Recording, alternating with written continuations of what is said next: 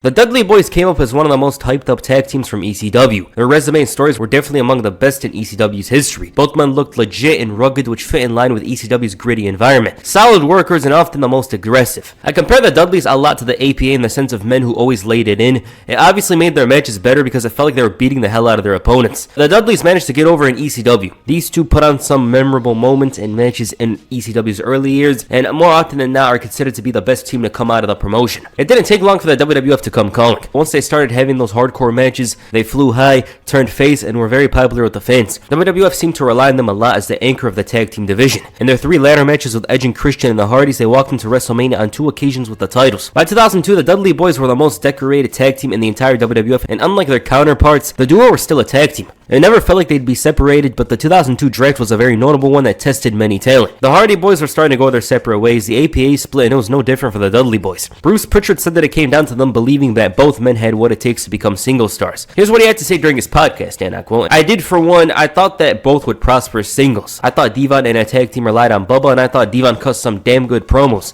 I was definitely under the belief that they'd be better on their own. We had the preacher gimmick, and that was something that Devon was comfortable with, but obviously it didn't work. The brand split was a unique situation at the time, seeing as the company never really experienced anything like it." March 25th, 2002 episode of Raw, Ric Flair was interested in drafting the Dudley Boyz. Vince took it a step further and decided to choose Devon for SmackDown, leaving Bubba on Raw, meaning the group was gonna split. Both men were upset with this decision and storyline, but it brought them a new opportunity. The silver lining in the scenario, though, was the fact that the team had one last chance to win the tag team titles. If they lose, they split due to the brand split rules. The team didn't win the titles, but they ended things on a high, destroying Billy and Chuck and even Rico. Devon Dudley was still pissed over being split up with his brother, but Vince managed to turn things around and claimed Flair was the one who split them up after hearing rumors about him, Vince, choosing the Dudley Boyz for SmackDown. He also said that Devon was the better member of the team and was probably ready to climb the ladder of success. This speech struck something divine perhaps, and ironically it came from the devil of the WWF. He told him to leave and find himself. When he comes back, he better be ready. It took only 1 week for Devon to return, and Vince was skeptical. Did he actually find himself? Well, he did just that. He found the Lord as well. Devon didn't need to save himself. He had to save the sinners, but in order to bring out his vision, he needed one thing and recited a quote from the book of Matthew. When it came to the money, Vince was all in, testifying for Devon, who no longer went with the Dudley name. McMahon called himself a righteous man and said he wanted to help spread the message. It was simply put like this. Okay, let me explain. Devon was in some ways cleaning Vince's image, and in turn, Devon would have a benefactor.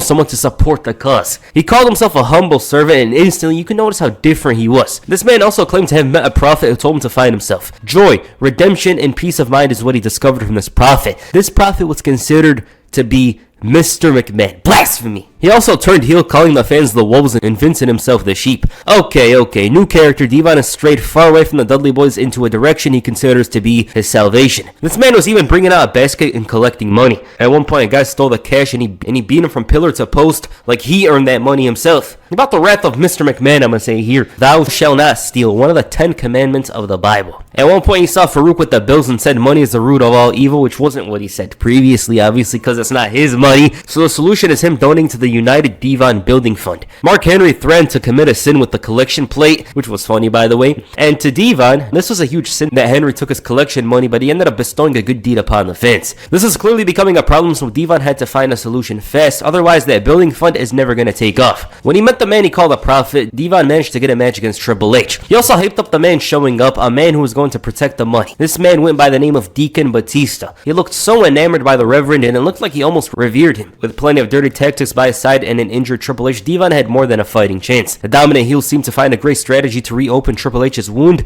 and it boded well for his chances in the match. However, this was Triple H. At the end of the day, it was the game, and it was his match to lose. The game almost figured it out, but Chris Jericho made the save with the collection fund box and dropped Triple H, targeting that opened wound to give Devon the victory. This was the most memorable moment in Devon's Reverend gimmick. He feels that if the character was terrible, then Triple H wouldn't have laid down for him, not to mention #1 face in the WWE, Triple H. The moment really stands out to me because at the end of the day, he did beat Triple H. He obviously didn't beat him clean and whatnot, but like Devon, he was a lower mid-card. He wasn't like a certified strong mid-card. He was just a lower card guy, so it's a bit of a surprise. Following this, he called Trish Stratus a Jezebel and continued to consider Vince a prophet. The reason why I'm talking about this match is that it was the first time the Dudleys seen each other in about 2 months, and clearly one of them changed drastically. This match was all over the place. Batista slammed her like she was nothing, and Trish kicked out. which kind of shocked me, I'm not gonna lie. There was a lot of animosity between the two, but before something could happen, Deacon Batista came in. Devon hit a great clothesline on Bubba and took a page out of the old Dudley Boyz' book and brought out the table. Money was coming in at this point for the building fund, and Devon, feeling like his message will spread better, decided to have a new entrance song.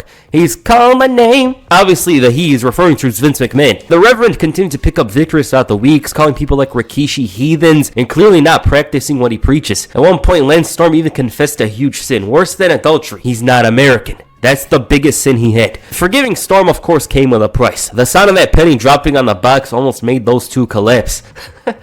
Through all of this, Devon almost never lost. So when his first loss came, it was a huge one. Farouk just dropped him like that and scored the victory in less than 10 minutes. The attention was slowly going away from Devon to Deacon Batista. Batista was the one who's starting to score victories at this point, and it led to a lot of drama between the two. At one point, Devon took a stink face from Rikishi, and Devon had enough, which led to his Reverend downfall. Batista destroyed him here, destroyed him in the next match, and from there, he was just a jobber.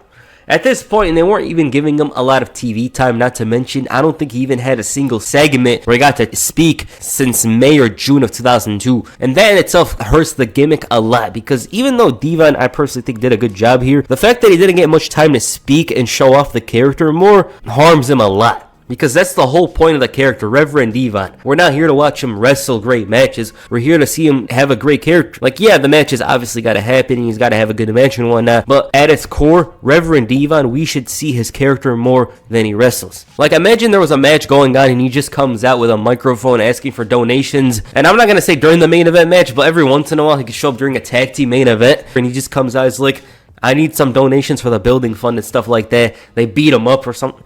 Like, that would have been cool. I would have liked to see that, but it is what it is.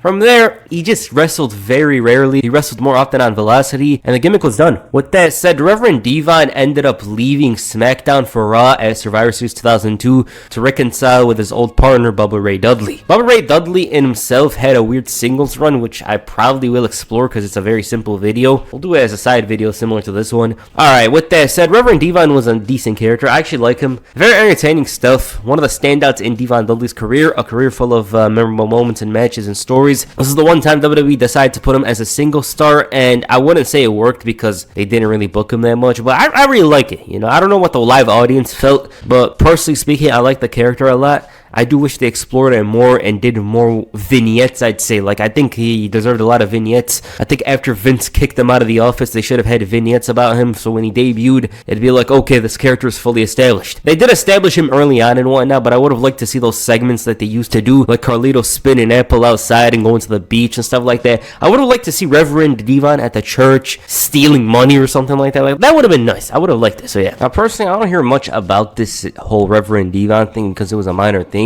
Obviously, did have some weird moments. Farouk was talking about how he enjoys playing with his thing after D-Von was calling it filthy or something. It was kind of nonsense. And I don't really hear much in general about this character, but I personally liked him. Other than that, he was probably always going to be a stepping stone for Batista. From the moment they brought Batista in, it seemed like his push was going to skyrocket. And they do that a lot, you know. They use the veterans a lot to make someone else look good. And this is a clear example of that. Alright, what you guys think of Reverend D-Von? Please comment down below. And that's it for this video. Make sure you hit the Bubba bomb on the like button and perhaps the 3D on the subscribe button. Peace. I'm out.